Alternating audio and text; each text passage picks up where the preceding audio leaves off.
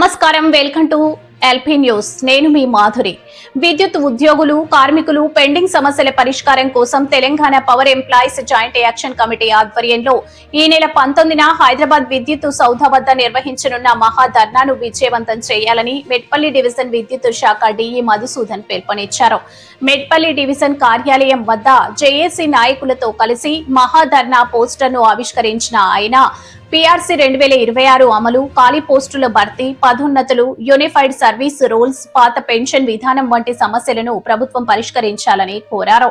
మహాధర్నాకు అధికారులు, ఉద్యోగులు, కార్మికులు పెద్ద సంఖ్యలో తరలివచ్చి విజయవంతం చేయాలని డిఈ మధుసూదన్ కోరారు. ఇలాంటి మరిన్ని తాజా వార్తల కోసం ఎల్పీ న్యూస్ ని సబ్స్క్రైబ్ చేయండి. నేను మీ మాధురి. నమస్కారం.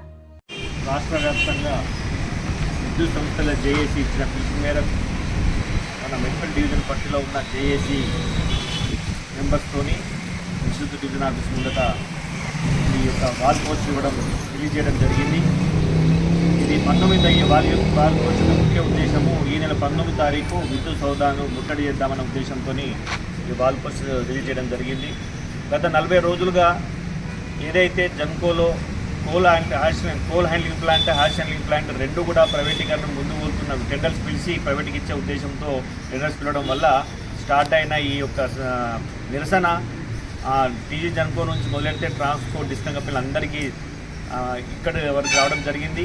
అయినా కూడా గవర్నమెంట్ నుంచి కానీ మేనేజ్మెంట్ నుంచి కానీ ఇటువంటి చర్చలు పిలవకపోవడం వల్ల ఖచ్చితంగా దీనికి విద్యుత్ సంస్థలు అందరి తరపున ముట్టడి చేస్తూనే మేనేజ్మెంట్ కానీ ముందుకు వస్తుందనే ఉద్దేశంతో 19 తారీఖు పెద్ద ఎత్తున విద్యుత్తుల ముట్టడి జరుగుతున్నది.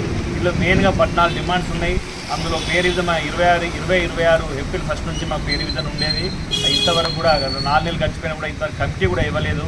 కాబట్టి ఖచ్చితంగా పే రివిజన్ కమిటీ వేసి ముందుకు పోవాలని, తర్వాత రిక్రూట్మెంట్స్ తెలుసు చాలా వరకు విద్యుత్ వినియోగాలు కూడా ఈ ప్రైవేటైజేషన్ వల్ల ఈ ఎంప్లాయీస్ వేకెన్సీ వల్ల ఒక విద్యుత్ సిబ్బంది ఎక్కే భారం కాదు, రైతులకు కూడా వినియోగాలు కూడా ఇబ్బంది జరుగుతున్నమాట వాస్తవము.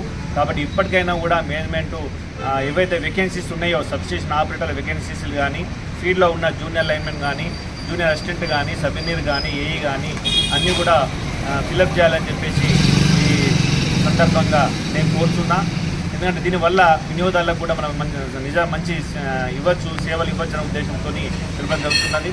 అలానే ఉన్న ఎంప్లాయీస్ కూడా మరి హక్కులు కూడా కొన్ని సర్వీస్ రూల్స్ ఉన్నాయి, కొన్ని సర్వీస్ రూల్స్ వల్ల కొంతమంది వాళ్ళు పనిచేసుకుంటూ రాత్రి బవళ్ళు కష్టపడి పనిచేసుకుంటూ కూడా సరి అయిన ఫలాలు అందుకోలేకపోతున్నారు. కాబట్టి వాళ్ళకు కూడా సరి అయిన సర్వీస్ ఏపీఎస్పీ సర్వీస్ రూల్స్ వర్తింపజేయాలని చెప్పేసి కొన్ని 14 డిమాండ్లు కూడా నెరవేర్చాలనే ఉద్దేశంతో 19 తారీఖు ఇవ్వడం జరిగింది. మా మెట్పల్లి డివిజన్ తరఫున, జేఏసీ తరఫున అందరూ కూడా వాటికి విద్యుత్ సంస్థల ముట్టడికి విద్యుత్ సౌదా వెళ్తారని చెప్పేసి ఈ సందర్భంగా చెప్తూ అందరూ కూడా ఇక్కడ ఉన్న జేఏసీ సభ్యులందరూ కూడా ఈ ధర్నాలో ఈ నెక్స్ట్ ధర్నా 19 తారీఖు చేపట్టే దానికి విద్యుత్ సౌదా ముట్టడికి రావాలని చెప్పేసి కోరుకుంటూ ఈ అవకాశం ఇచ్చిన జేఏసీ సభ్యులందరికీ ధన్యవాదాలు చెప్తూ కోరుతున్నాను. Thank you.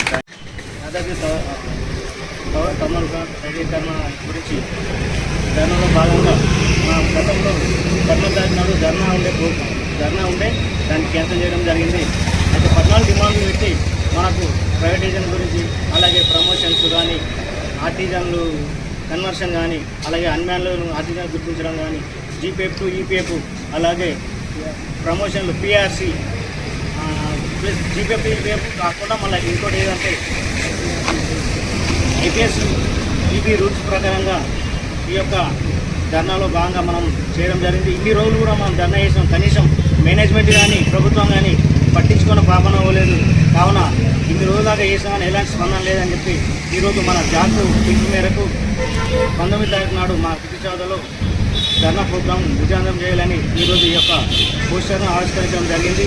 కావున ప్రతి ఒక్క జేఏసీ తరఫున ఉన్న ప్రతి ఒక్క కార్మిక సోదరులు, అలాగే ఇంజనీర్స్ కానీ ప్రతి ఒక్క అసోసియేషన్ అందరూ కలిసి ఆ యొక్క ధర్నా ప్రోగ్రాన్ని విజయవంతం చేయాలని కోరుకుంటూ ఈ అవకాశం